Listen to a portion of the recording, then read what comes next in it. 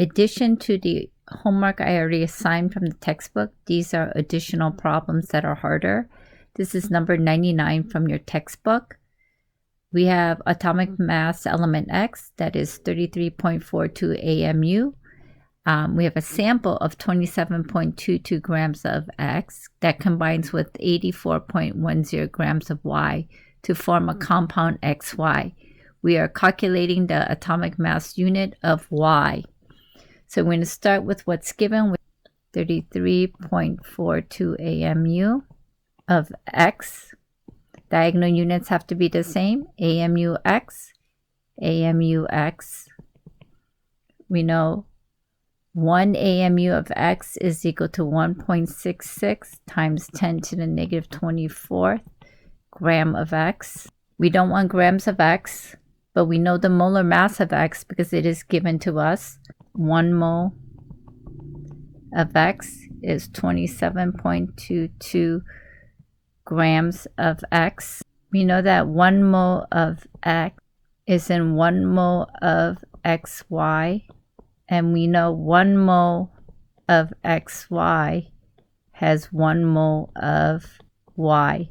Remember, we can only change elements in compound when it's a mole to mole ratio. So this becomes moles of Y, and we know the mass mole of Y is 84.10 gram of Y. And since we want it in AMU, we know that 1.66 times 10 to the negative 24th grams of Y is equal to 1 AMU of Y. So we multiply all the tops, we multiply all the bottoms, divide, and we get Y to equal to 103.256. We want 4 sig figs, so this is 1, 2, 3. I look 1 to the right, 103.3 AMU of Y. Pause the video, try this problem on your own, and check your answer. This is problem 102 in your textbook. We have this aluminum sulfate compound that is a hydrate, and we want to know how many waters are surrounding the aluminum sulfate. We know it contains 8.20% aluminum. So since they gave us 8.20% aluminum, we know this is going to be a percent composition. So we know the percent composition of aluminum is equal to the mass of aluminum over the total mass. This is the entire compound. It has to times 100. So we could find the mass of the total compound. So we know percent of aluminum is given as 8.20%. There is 2 aluminums here, so that's going to be 2 times the mass of aluminum, 26.98 grams of aluminum, divided by the total mass times 100. And when I do that, my total mass of this compound becomes 658.049 grams. So we know the total mass is going to equal to the mass of the aluminum plus the mass of the sulfur plus the mass of the oxygen plus the mass of the water. So the total mass is going to be 658.049 grams. There is 2 aluminum, so that's going to be 2 times 26.98 grams of aluminum. There is 3 sulfurs because it's 1 times 3. So each sulfur is 32.07 grams. Plus there is 12 oxygen, so this is 12 times 16.00 grams of oxygen, plus mass of the water. So if I solve for the mass of the water, will be the total mass of the water. It becomes 315.88. This is my total mass. Just find the number of waters. We are going to do the total mass of the water divided by a single mass of water. 315.88 grams divided by 18.02, because 2 hydrogens, which are 1.01 each, plus 16 is 18.02. Divide this, so the coefficient is 17.5 waters. Pause the video, try this problem on your own, and then check your answer. In problem 106, we have a metal oxide, MO. The sample is 39.46 grams. It's heated with hydrogen to remove oxygen as water molecules. So my general formula should be MO. You're reacting this with H2 because it's with hydrogen, and hydrogen by itself is diatomic. At the end, we are going to have the metal by itself because it says ends with a metal, and what's going to end up is H2O. So we start with 39.46 grams of the sample, and we know at the end there is this much metal. In order to calculate the mass of M, we need to find the moles of MO present. We could do this because we could start by finding the initial amount of oxygen, because we know the total mass is going to equal to the mass of the metal M plus the mass of the oxygen. So you started with 39.46 grams. This is equal to M, which is 31.7 grams of the metal. So that means the remainder has to be the mass of the oxygen. So mass of oxygen is going to be 7.76 grams of oxygen. So starting with oxygen, I'm going to find the moles of oxygen. So this is 16 grams of oxygen, 1 mole of oxygen, molar mass, moles of oxygen, moles of oxygen. We need to find the moles of MO, because once we do that, we can find the molar mass of MO. There is 1 mole of oxygen to 1 mole of MO. What that means is if I have 1 molecule of MO, there's 1 M and 1 O. Since moles measure anything, I have 1 mole of O, 1 mole of M. So I multiply the top, divide by the bottom, and I get approximately 0.485 moles of MO. So molar mass is defined as mass over moles. The mass of MO was given as 39.46 grams. The moles were given as 0.485 moles. So if I divide the two, I should get 81.36 grams per mole of MO. So now we know the mass of MO. So that means the total mass is going to equal to the mass of M plus the mass of oxygen. So we know this is 81.36 grams per mole. We're looking for the mass of M. The mass of oxygen is 16.00 grams per mole of oxygen.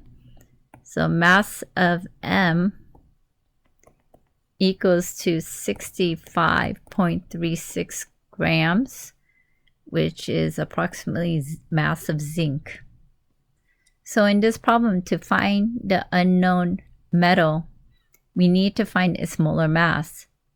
Since we do not know the number of moles of MO, we need to start with something that we know.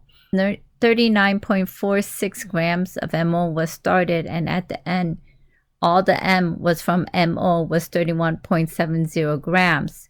If we subtract it from the original, that gives you the mass of the oxygen. Since we know the atomic mass of oxygen, and we know for every 1 M, there is 1 O, we could find the moles of MO. Once we find the moles of MO, we find the molar mass by dividing the given mass divided by the moles. Pause the video, try this problem on your own, and then check your answer.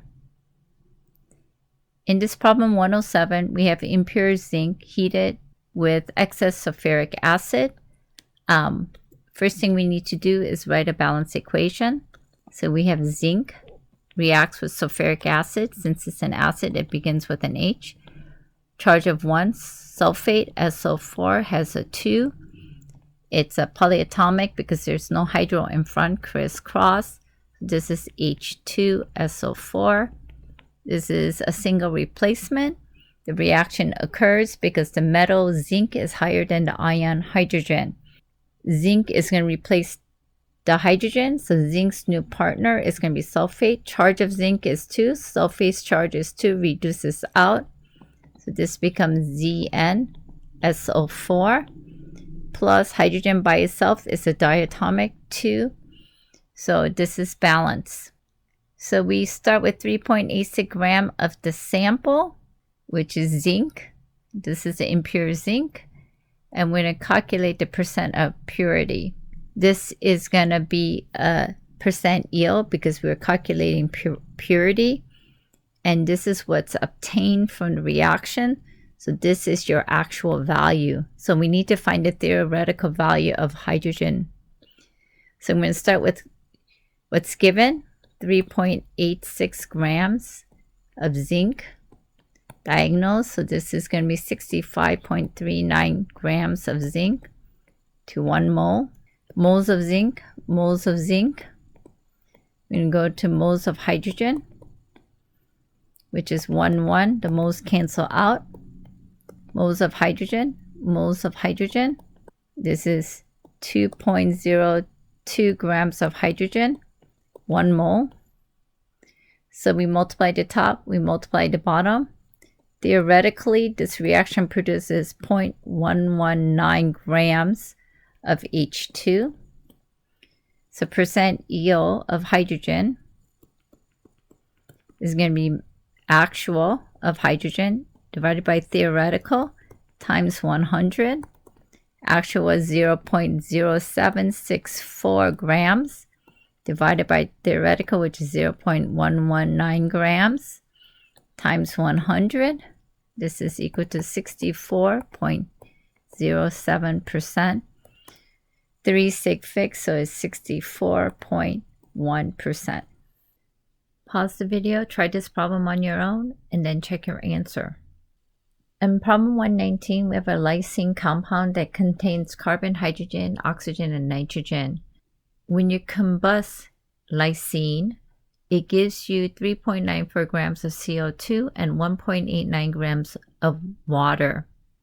In the second experiment, when you start with 1.873 grams of lysine, it gives you 0.436 grams of ammonia. We are calculating the empirical and molecular formula. To calculate the empirical formula, we need to start with the amount of carbon, hydrogen, oxygen, and nitrogen. So in the first experiment, we know that all the carbon in CO2 is from the lysine. We know all the hydrogen from water is from lysine. So we are going to start with CO2, what's given, and we're going to calculate the number of carbons. And we're going to start with water and calculate the number of hydrogen. So 3.94 grams of CO2.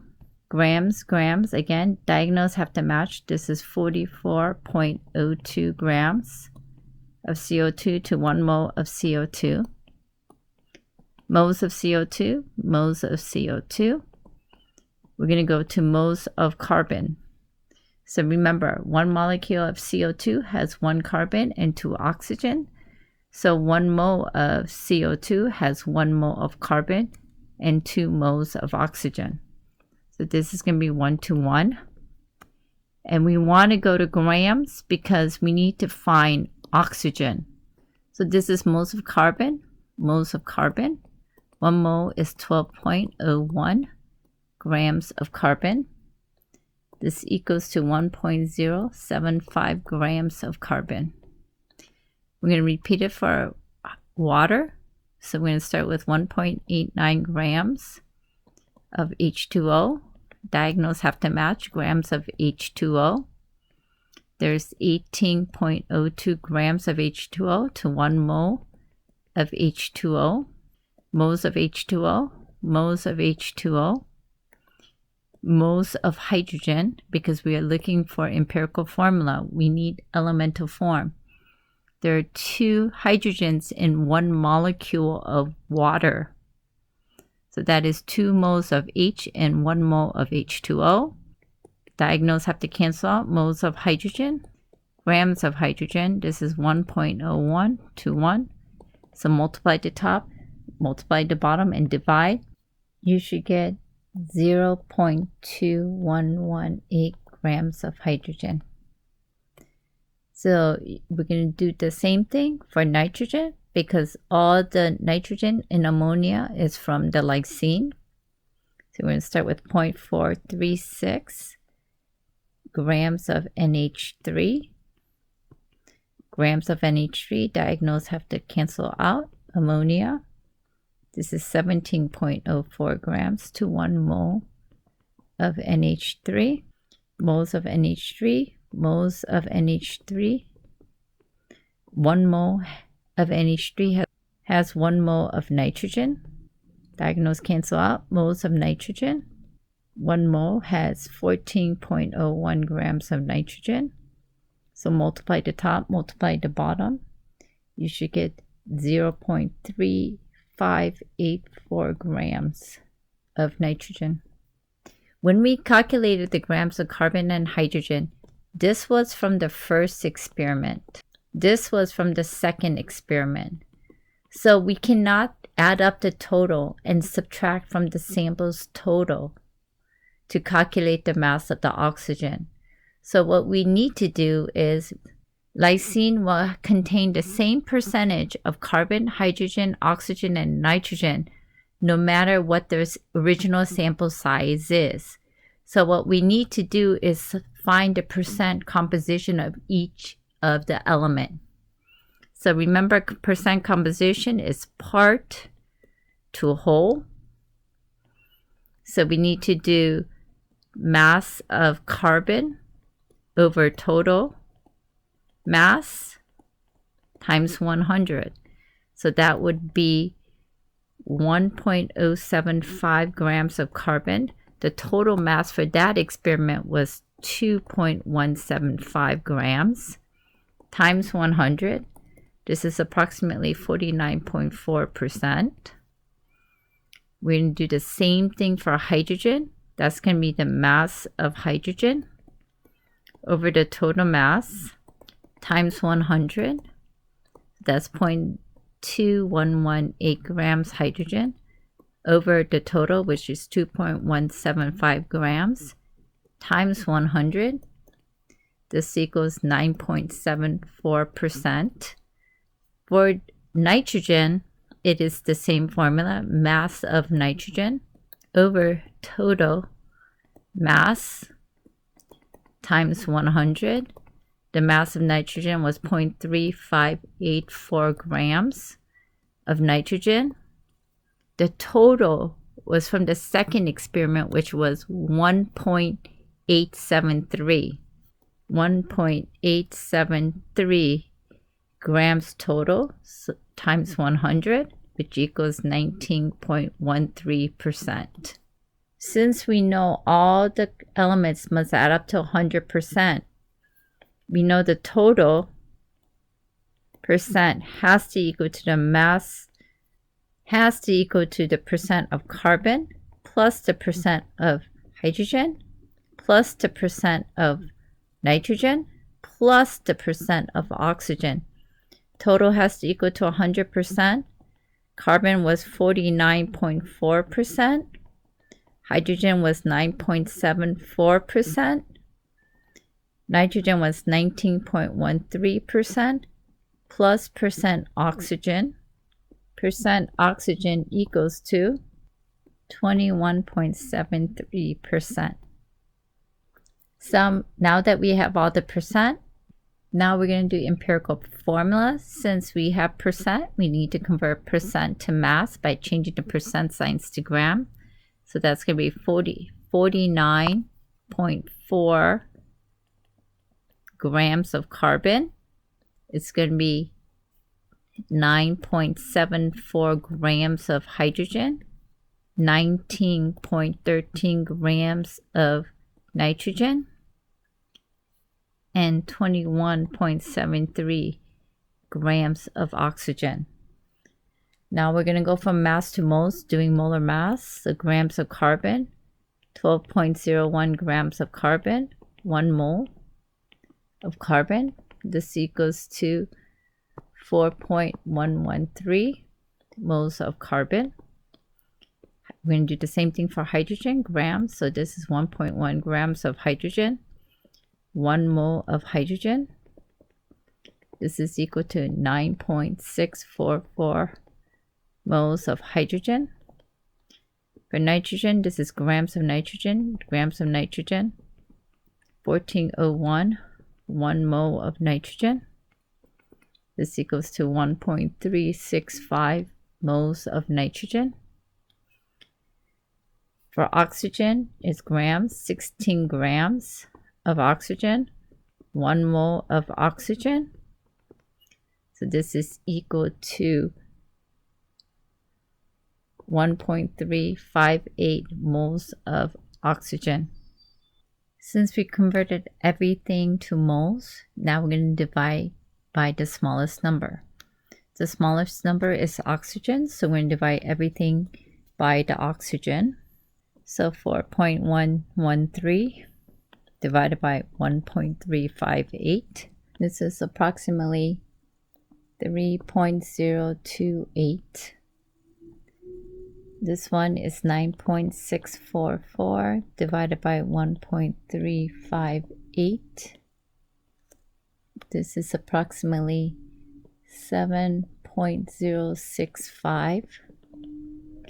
1.365 divided by 1.358 is approximately 1.00.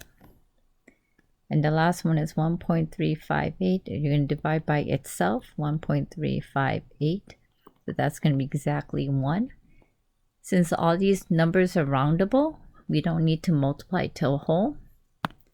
So this rounds to 3, this rounds to 7, this is 1, and this is 1. So empirical formula is C3H7NO. So this is my empirical formula. Now they want us to find the molecular formula. Molecular formula is molecular mass divided by empirical formula mass. The molecular mass was given in the problem as 150. So this is going to equal to 150 grams per mole. So I need to find the empirical formula mass. That's going to be 3 carbons plus 7 hydrogens plus a nitrogen plus an oxygen. So if I add this up, this is 3 times 12.01 grams plus 7 times 1.01 grams plus 14.01 grams plus 16 grams, which equals approximately 73.11 grams per mole. So 150 divided by 73.11 grams per mole gives you approximately 2.05. The ratio of molar mass to empirical formula mass should be always roundable. If it's not roundable, then you made an error. So this tells you the molecular mass is twice. So this is my empirical formula. My molecular formula is C6H14N2O2. The reason we had to find the percent composition is for a given compound, the percent composition stays the same. Since information was given on 2 different experiments with different sample sizes, we had to find the percent composition of each using the starting mass of the sample before we could do empirical formula. Pause the video, try this problem on your own, then check your answer. This is a compound that contains carbon, hydrogen, chlorine. It already told you 55% is chlorine. If I start with 9 grams of the compound, it contains 4.19 times 10 to the 23rd hydrogen of atoms. What is the empirical formula of the compound? We know the percentage of chlorine. If we could find the percentage of hydrogen atoms, we could find the percentage of carbon because it has to add up to 100%. We're going to find the mass of hydrogen in 9 grams of compound. So I'm going to start with what's given, which is 4.19 times 10 to the 23rd atoms of hydrogen. So this is going to be atoms of hydrogen. Diagonals is atoms of hydrogen. This is Avogadro's number, 6.022 times 10 to the 23rd atoms of hydrogen to 1 mole of hydrogen. Atoms cancel out. Moles of hydrogen, moles of hydrogen. This is grams of hydrogen, 1.01 grams to 1 mole of hydrogen.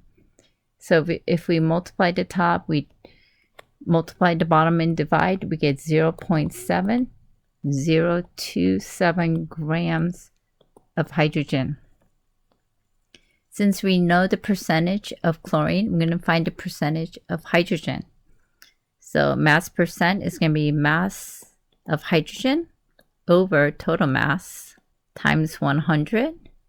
So in this sample, the total mass was 9 grams. This was given. This sample produced 0.7027 grams of hydrogen times 100. This equals to 7.808% of hydrogen. Since the compound has exactly the same amount of percentages of each of the element, we know the total percentage is going to be 100.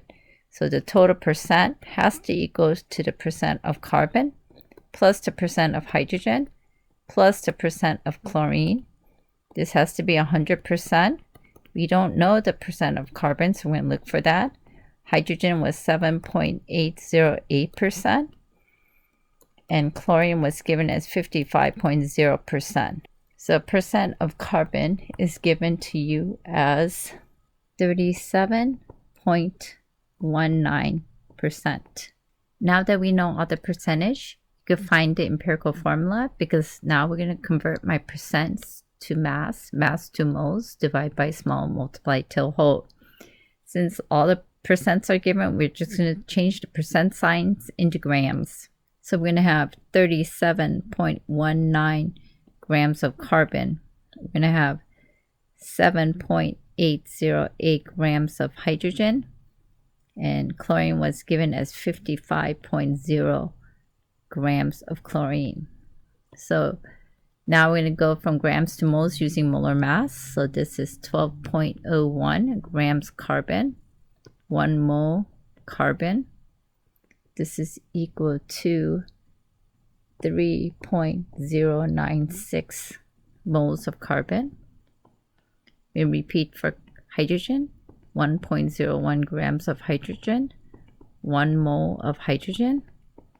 This is equal to 7.73 moles of hydrogen.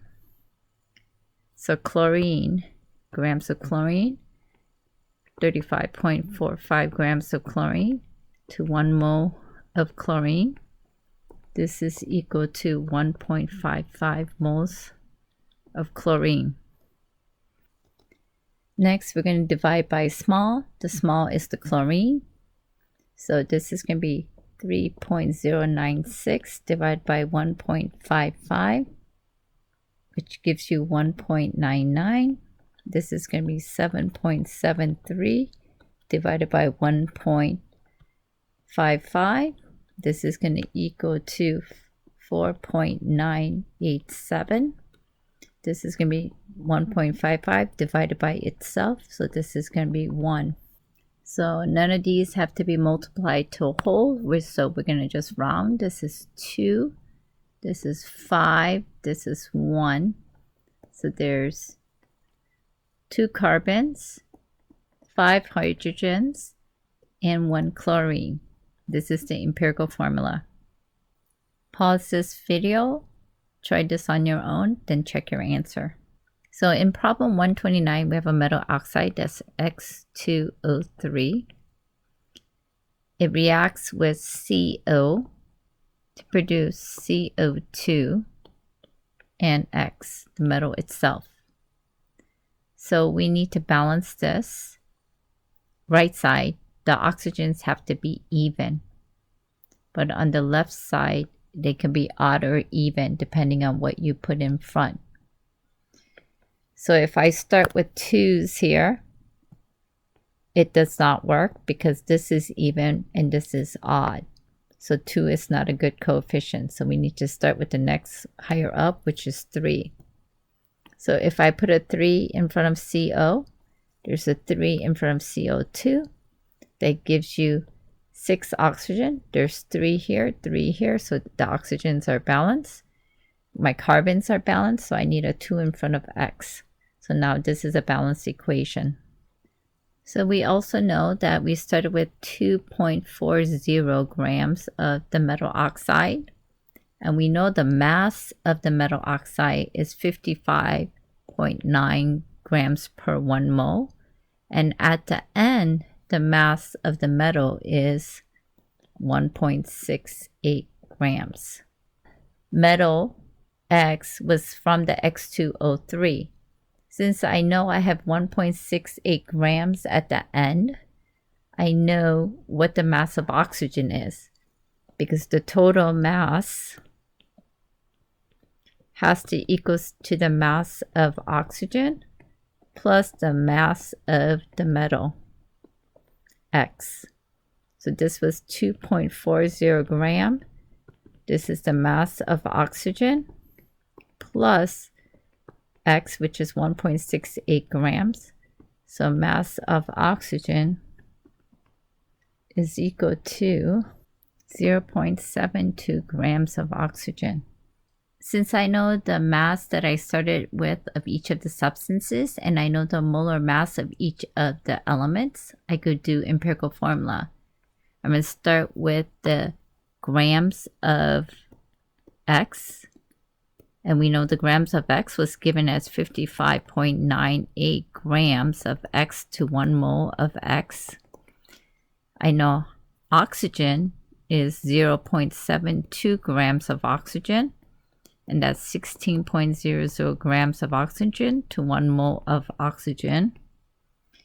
So this math becomes 0.03005. This becomes 0.045.